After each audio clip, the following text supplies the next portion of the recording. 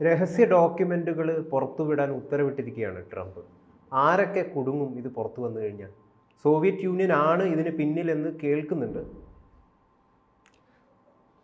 ഈ ട്രംപിൻ്റെ ഒരുപാട് തീരുമാനങ്ങൾ പലരെയും ഞെട്ടിച്ചിട്ടുണ്ടല്ലോ.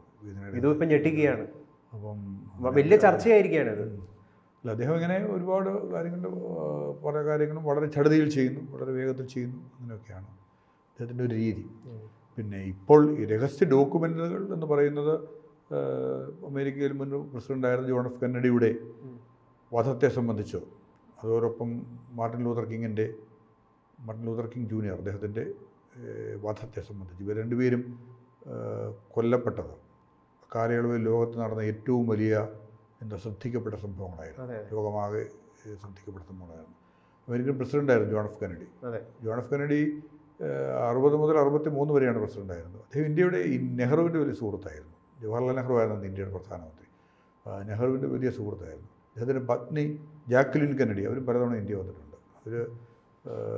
പിന്നെ അവരും ജവഹർലാൽ നെഹ്റുവിൻ്റെ ഏറ്റവും അടുത്ത, അവരും നെഹ്റുവും ചേർന്നുള്ള ഒരുപാട് ചിത്രങ്ങളൊക്കെ ഇങ്ങനെ ഇതൊക്കെ ഇപ്പോഴും കാണാം, ഇപ്പോഴും ഇങ്ങനെ പ്രചരിപ്പിക്കപ്പെട്ടുകൊണ്ടിരിക്കുന്നുണ്ട്. വളരെ അടുത്ത സുഹൃത്തായിരുന്നു.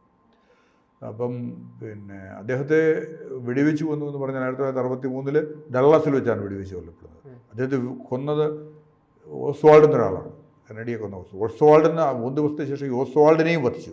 ജാക്ക് റൂബി എന്നൊരാളൊരു നൈറ്റ് ക്ലബ് ഉടമയാണ്. അദ്ദേഹത്തെയും വധിച്ചു.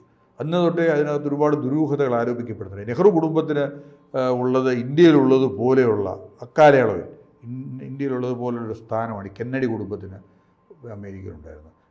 ജോൺ എഫ് കെന്നഡി മാത്രമല്ല, അദ്ദേഹത്തിൻ്റെ സഹോദരന്മാരായിരുന്നു റോബർട്ട് കെന്നഡി, പിന്നെ അദ്ദേഹത്തിൻ്റെ ഇളയ സഹോദരനായിരുന്നു എഡ്വേർഡ് കെന്നഡി. ഇങ്ങനെയൊക്കെ ഇവരെല്ലാവരും പിൽക്കാലത്ത് റോബർട്ട് കെന്നഡിയും എഡ്വേർഡ് കെന്നഡിയും ഒക്കെ പിൽക്കാലത്ത് പ്രസിഡൻ്റ് ആകുമെന്ന് കരുതപ്പെട്ടിരുന്നവരാണ്. പിൽക്കാലത്ത് അമേരിക്കയുടെ പ്രസിഡൻ്റ് ആകുമെന്ന് കരുതപ്പെട്ടിരുന്നത്. അപ്പോൾ അത്തരത്തിലുള്ള ഒരു സ്വാധീനം അവർക്ക് അമേരിക്കൻ ജനതയിലുണ്ടായിരുന്നു. എന്തോ അങ്ങനെ ഉണ്ടായിരുന്നു. പിന്നെ റോബർട്ട് കെന്നഡിയും വധിക്കപ്പെടുകയാണ് ഉണ്ടായത്. അദ്ദേഹം സ്ഥാനാർത്ഥിയാകുന്ന മുമ്പ് വധിക്കപ്പെടുകയാണ് ഉണ്ടായത്. എഡ്വേർഡ് കെന്നഡിയും ക്കെതിരായിട്ട് പിന്നെ പല വിധത്തിലുള്ള ആരോപണങ്ങൾ ഉണ്ടാവുകയൊക്കെ ചെയ്താണ് അദ്ദേഹത്തിന് പ്രസിഡന്റ് സ്ഥാനത്തേക്ക് പിന്നീട് മത്സരിക്കാൻ കഴിഞ്ഞില്ല. അപ്പം പ്രസിഡന്റ് പദമോഹം ജോൺ എഫ് കെന്നഡിയുടെ അവസാനിക്കുകയായിരുന്നു ചെയ്തത്. അപ്പോൾ അദ്ദേഹത്തെ വധിച്ചു എന്ന് പറഞ്ഞത് അന്ന് ഏറ്റവും കോളിളക്കം സൃഷ്ടിച്ച ഒരു സംഭവമായിരുന്നു, ലോകത്ത് ഏറ്റവും വലിയ. അപ്പം അന്ന് തൊട്ടേ അതിന് റഷ്യ, ക്യൂബ, ഇങ്ങനെ പല വിധത്തിലുള്ള ആരോപണം. അന്ന് ഇവിടെ വലിയൊരു ശത്രുത അദ്ദേഹത്തിനുണ്ടായിരുന്നു. അദ്ദേഹമാണ് ഈ വിയറ്റ്നാം യുദ്ധത്തിലൊക്കെ എടുത്തിരുന്ന നിലപാടുകൾ. അദ്ദേഹം ഒരു കമ്മ്യൂണിസ്റ്റ് വിരുദ്ധനായി അറിയപ്പെട്ടിരുന്ന ആളാണ് ഈ ജോൺ എഫ് കെന്നഡി എന്ന് പറയുന്നത്. പൊതുവെ അദ്ദേഹം കമ്മ്യൂണിസത്തിൻ്റെ അന്ന് അത് തന്നെയല്ല, അന്ന് ഈ ശീതസമരം എന്ന് പറയുന്നത് കൊടുമ്പിരിക്കൊണ്ടിരിക്കുന്ന ഒരു കാലഘട്ടമാണ്. 60 എന്ന് പറയുന്നത് റഷ്യയും അമേരിക്കയും. റഷ്യ എന്ന് പറയുന്നത് സോവിയറ്റ് യൂണിയനാണ്, റഷ്യയല്ല. സോവിയറ്റ് റഷ്യ എന്ന് പറയുന്നത് സോവിയറ്റ് യൂണിയൻ. അത് ശീതസമരത്തിൻ്റെ, അത് ഈ ലോകത്തിൻ്റെ തലപ്പത്ത് എത്താൻ വേണ്ടി ഓരോ കാര്യങ്ങളെ സംബന്ധിച്ചിടത്തോളം അതിനുവേണ്ടിയുള്ള വലിയ വലിയ മത്സരം, കിടമത്സരം നടക്കുന്നു. ഓരോ രാജ്യങ്ങളിൽ ഇടപെടുന്നു. കമ്മ്യൂണിസ്റ്റ് രാജ്യങ്ങൾ, വിയറ്റ്നാമുമായിട്ടുള്ള അമേരിക്കയുടെ സംഘർഷം എന്ന് പറയുന്നത് ഏറ്റവും രൂക്ഷമായിരുന്ന ഒരു കാലഘട്ടമായിരുന്നു. ഒരുപാട് വർഷങ്ങളോളം നീണ്ടുനിന്ന സമരമാണ് വിയറ്റ്നാമിൽ. ഇപ്പോൾ ക്യൂബയൊക്കെ എന്ന് പറയുന്നത് ഉണ്ടാകാതിരിക്കാൻ വേണ്ടിയുള്ള ശ്രമം അമേരിക്കയുടെ ഭാഗത്ത് നിന്ന് വളരെ ശക്തമായിട്ട് ഉണ്ടായിരുന്ന ഒരു കാലഘട്ടം കൂടിയാണ് അത്. അങ്ങനെ ഉണ്ടായിരുന്നു. അപ്പോൾ ആ സമയത്താണ് ഇദ്ദേഹം വധിക്കപ്പെട്ടത്. അപ്പോൾ അത്തരത്തിൽപ്പെട്ട ആരോപണങ്ങളുണ്ടായിരുന്നു. അതിനെപ്പറ്റി അന്വേഷണം നടന്നു. ഈ കമ്മ്യൂണിസ്റ്റ് രാജ്യങ്ങളുടെ പങ്ക് എന്നത് മാത്രമല്ല, പല വിധത്തിലുള്ള ആരോപണങ്ങൾ അദ്ദേഹത്തെ പറ്റി ഉണ്ടായിരുന്നു. അദ്ദേഹത്തിൻ്റെ ജനസ്വാധീനം ഒരു വലിയ ഘടകമായിരുന്നു. അതിൽ അസൂയുള്ളവർ എന്ന് പറയാവുന്ന വിധത്തിലുള്ള ആൾക്കാരുണ്ടായിരുന്നു. അങ്ങനെ പല വിധത്തിലുള്ള ആരോപണങ്ങളാണ് ഉണ്ടായിരുന്നു. ഏതായാലും അന്വേഷണം ഇതൊക്കെ കൊണ്ട് തന്നെയാണോ അദ്ദേഹം മരണപ്പെട്ടിട്ട് ഇപ്പോൾ 60 വർഷം കഴിഞ്ഞു? ഇത് വീണ്ടും ഇപ്പോഴും പല വിവാദങ്ങൾ ഇപ്പോഴും ചർച്ച ചെയ്യപ്പെട്ടുകൊണ്ടിരിക്കുന്ന അങ്ങനെയുള്ള ചില മരണങ്ങളുണ്ടല്ലോ, ചില വിവാദങ്ങൾ. ഇപ്പോൾ നേതാജി സുഭാഷ് ചന്ദ്രബോസിൻ്റെ കാര്യത്തിന് നമുക്കറിയുന്നു. മരിച്ചെന്നും മരിച്ചില്ലെന്നും പറഞ്ഞ് ഇന്നും തുടരുകയാണ്, വിവാദം തുടരുകയാണ്. അദ്ദേഹത്തിന് 130ാം ജന്മദിനമായി, 1900 അത് കഴിഞ്ഞിട്ട് ഇപ്പോഴും തുടരുകയാണ്. അങ്ങനെയുള്ള ചില മരണങ്ങൾ ലോക ചരിത്രത്തിലുണ്ടല്ലോ. അതായത് അത്തരത്തിൽപ്പെട്ട ഒരാളായിരുന്നു ജോൺ എഫ് കെന്നഡി. അത്തരത്തിൽപ്പെട്ടൊരു മരണമായിരുന്നു ജോൺ എഫ് കെന്നഡിയുടേത്. കാരണം ഞാൻ നേരത്തെ പറഞ്ഞ ജനസ്വാധീനവും ലോക നേതാക്കൾക്കിടയിൽ അദ്ദേഹത്തിൻ്റെ സ്വാധീനവും പല വിധത്തിലുള്ള കാരണം കൊണ്ട് അദ്ദേഹം അന്നേ ശ്രദ്ധിക്കപ്പെടുന്നതാണ്. അതുകൊണ്ടാണ് അത് ഇന്നും അതിനെപ്പറ്റിയുള്ള വിവാദങ്ങൾ തുടരുന്നത്. അപ്പോൾ അതിൻ്റെ രേഖകൾ പൂർണ്ണമായി പുറത്തു വിട്ടിരുന്നില്ല. കുറേയേറെ രേഖകൾ പുറത്തു വിട്ടിരുന്നു വന്നപ്പോൾ തന്നെ ട്രംപ് തന്നെ വിട്ടിരുന്നു. അപ്പോൾ അതെന്തോ അതൊരു 1000-1000 പേജുകളുണ്ടായിരുന്നു നമ്മുടെ അത്തരത്തിൽ ചിന്തിക്കുമ്പോൾ ആ രേഖകൾ എന്ന് പറയുന്നത്. അതിൽ പുറത്ത് വന്ന് അതിൻ്റെ ദുരൂഹത, കാരണം അദ്ദേഹത്തെ വെടിവെച്ച് കൊന്നയാളെയും 3 ദിവസത്തേക്കും വെടിവെക്കുക, അങ്ങനെ ഒരു സംഭവം ഇല്ലല്ലോ പൊതുവെ. അതും ഒരു കാരണമാണ് ഈ ലോകം അത് ശ്രദ്ധിക്കാനും അത് തുടർച്ചയായി ചെയ്യാനുമുള്ള ഒരു കാരണമാണ്. അദ്ദേഹത്തെ വെടിവെച്ചാൽ 3-ാം ദിവസം വേറെ കാറിൽ സഞ്ചരിക്കവേ അല്ലേ? കാറിൽ സഞ്ചരിക്കുകയാണ് വെടി. അന്ന് ഈ കാറിൽ സഞ്ചരിക്കുകയാണ് വെടിയുള്ളത്. കാറിൽ വെച്ചാണ്. അന്ന് ഈ ബുള്ളറ്റ് പ്രൂഫ് കാർ ആയിരുന്നു എന്ന് പറയുമ്പോഴും കാറിൽ സഞ്ചരിക്കുന്ന അദ്ദേഹത്തെ വെടിവെച്ചതിനെ പറ്റിയൊക്കെയുള്ള, പിന്നെ അന്ന് ഇന്നത്തെ കാലത്തെ പോലെയുള്ള ഈ പഴുതടത്തിലുള്ള സുരക്ഷകളൊന്നും അന്നത്തെ കാലത്ത് ഇല്ലായിരുന്നു. ഇപ്പോൾ ട്രംപിന് നേരെ ആക്രമണം നടന്നിട്ടൊന്നും പറ്റിയില്ല ട്രംപിന്. അതെ, അതിലൊക്കെ പോയില്ല അത്തരത്തിലുള്ള ഒരു. പിന്നെ ഇവർ ജനകീയരായിരുന്നു, ജനങ്ങളുടെ ഒരുപാട് അകന്ന് നിൽക്കുന്ന ആളായിരുന്നില്ല. കെന്നഡി ഒരു പോപ്പുലർ ലീഡർ എന്ന കൺസെപ്റ്റുള്ളായിരുന്നു. എന്തോ ഇന്ത്യക്കാർക്ക് കെന്നഡിയോട് വലിയ താല്പര്യമായിരുന്നു.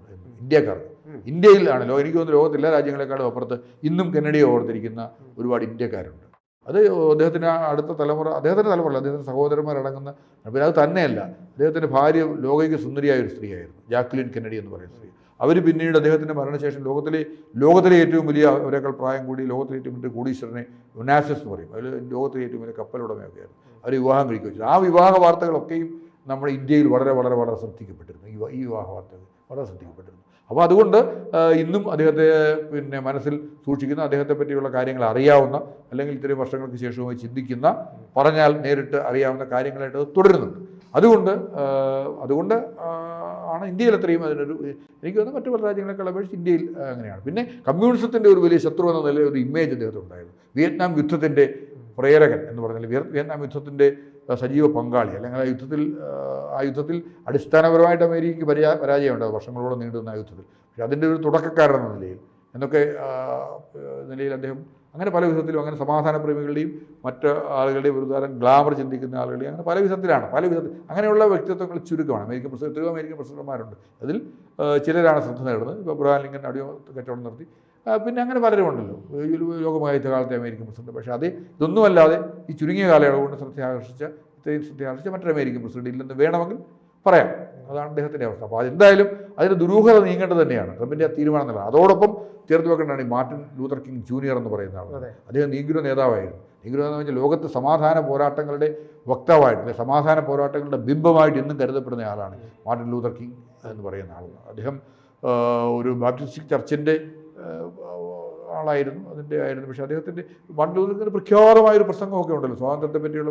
അതാണ് ലോകത്ത് സമാധാന പ്രേമികളുടെ, അല്ലെങ്കിൽ സ്വാതന്ത്ര്യ ദാഹികളുടെ ഒരു മാഗ്ന കാർട്ട എന്ന് വിശേഷിപ്പിക്കാവുന്ന, അല്ലെങ്കിൽ അവരുടെ ബൈബിളെന്ന് ഇപ്പോഴും വിശേഷിപ്പിക്കാവുന്ന മാർട്ടിൻ ലൂതർ കിങ്ങിൻ്റെ വളരെ പ്രസിദ്ധമായിരുന്നു. ലോകത്തിൽ ഇന്ന് വരെ ഇറങ്ങിയിട്ടുള്ള വെച്ച് ഇവരെ വാർത്താവർഗ്ഗക്കാരെ അഭിസംബോധന ചെയ്ത അദ്ദേഹം നടത്തിയ പ്രസംഗമുണ്ട്. അതാണ് ലോകത്തിലെ ഏറ്റവും മികച്ച പ്രസംഗങ്ങളിലൊന്നായിട്ട് ഇന്നും കരുതപ്പെടുന്നത്.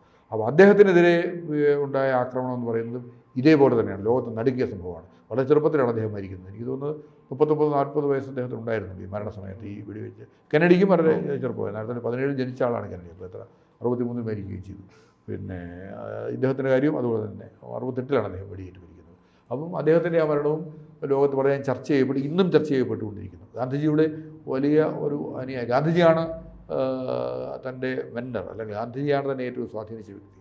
ഗാന്ധിജിയാണ് ലോകത്തിലെ വർഗ, അല്ലെങ്കിൽ ഈ നിറത്തിൻ്റെ അടിസ്ഥാനത്തിലുള്ള കുഴപ്പങ്ങളുടെ, അല്ലെങ്കിൽ അതിനെതിരായിട്ടുള്ള പോരാട്ടങ്ങളുടെ എക്കാലത്തെയും പടനായകൻ ഗാന്ധിജിയാണ് എന്ന് മാർട്ടിൻ ലൂതർ കിങ് പറഞ്ഞിരുന്നു. അപ്പം അദ്ദേഹത്തിന്റെ കൊലപാതകവുമായി ബന്ധപ്പെട്ടുള്ള രേഖകളും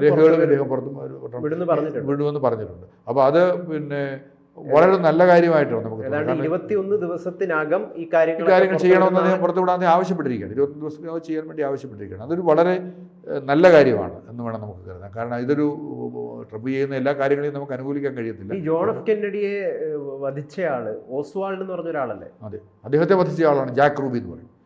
ഓസ്വാൾഡാണ് ജോൺ എഫ് കെന്നഡിയെ വധിച്ചത്. ഈ ഓസ്വാൾഡിനെ വധിച്ച ആളുടെ പേര് ജാക്ക് റൂബി എന്നാണ്. ഈ അതിന് പണം നൽകിയിട്ട് റഷ്യയും അതോടൊപ്പം തന്നെ ക്യൂബയൊക്കെ പണം നൽകിയിട്ടാണ് ഈ ഓസ്വാൾഡിനെ വധിക്കാനുള്ള ഒരു പദ്ധതി ഇട്ടിരുന്നത്. ഞാൻ പറഞ്ഞല്ലോ, പല ആളുകളും പറയുന്നു. ഞാൻ പറഞ്ഞല്ലോ, കമ്മ്യൂണിസ്റ്റ് സിദ്ധാന്തങ്ങളോട് വലിയ കൃത്യമായും എതിർസ്ഥാനത്ത് നിർത്തിയിരുന്ന ആളാണ് ജോൺ എഫ് കെന്നഡി. അത് വിയറ്റ്നാം യുദ്ധത്തിൻ്റെ ഭാഗമായിട്ടാണ്. വിയറ്റ്നാം യുദ്ധത്തിൽ അദ്ദേഹം നിലപാടുകളുടെ ഭാഗമായിട്ടാണ് അങ്ങനെ പറഞ്ഞിട്ടുള്ളത് കൊണ്ട് സ്വാഭാവികമായിട്ടും അന്ന് മുതൽ തന്നെ അങ്ങനെ ഒരു പറച്ചിൽ അന്ന് വളരെ ശക്തമായിരുന്നു. കമ്മ്യൂണിസ്റ്റ് സംഘടന എന്നൊക്കെ പറയുന്നത് വളരെ ശക്തമായിരുന്നു. സോവിയറ്റ് യൂണിയൻ്റെ ഏറ്റവും വലിയ പ്രതാപ കാലഘട്ടങ്ങളിൽ ഒന്നായിരുന്നു ആ പീരീഡ് എന്ന് പറയുന്നത്. 60-കൾക്ക് പിന്നീടല്ലേ സോവിയറ്റ് യൂണിയൻ്റെ തകർച്ചയും 90-കളിലേക്ക് അടുക്കുമ്പോഴല്ലേ ഉണ്ടാകുന്നത്. അന്ന് സോവിയറ്റ് യൂണിയൻ റഷ്യയെ ബഹിരാകാശ യാത്രയിലുമൊക്കെ പിന്നെ ആദ്യം ചെന്നത് അവരല്ലേ. യൂറി ഗഗാറിൻ അതിൻ്റെ ഈ സ്പേസ് ഷട്ടിൽ എന്ന് പറയുന്നത്. അപ്പോൾ ഞാൻ പറഞ്ഞത് അങ്ങനെ എല്ലാ കാലത്തും അവരങ്ങനെ മുമ്പിൽ നിൽക്കുന്ന ഒരവസ്ഥയായിരുന്നു. അപ്പോൾ അത് തന്നെയല്ല, അങ്ങനെ ഒരു അത് ശീതസമരം ഞാൻ നേരത്തെ പറഞ്ഞത് അതിൻ്റെ ഏറ്റവും കൊടുമ്പിരിക്കേണ്ട ഒരവസ്ഥയായിരുന്നു, ശീതസമരത്തിൻ്റെ ഏറ്റവും കൊടുമ്പിരിക്കേണ്ട ഒരവസ്ഥ. അതുകൊണ്ട് തന്നെ ലോകത്ത് അങ്ങനെ ഒരു അഭിപ്രായം അന്നുണ്ടായിരുന്നു.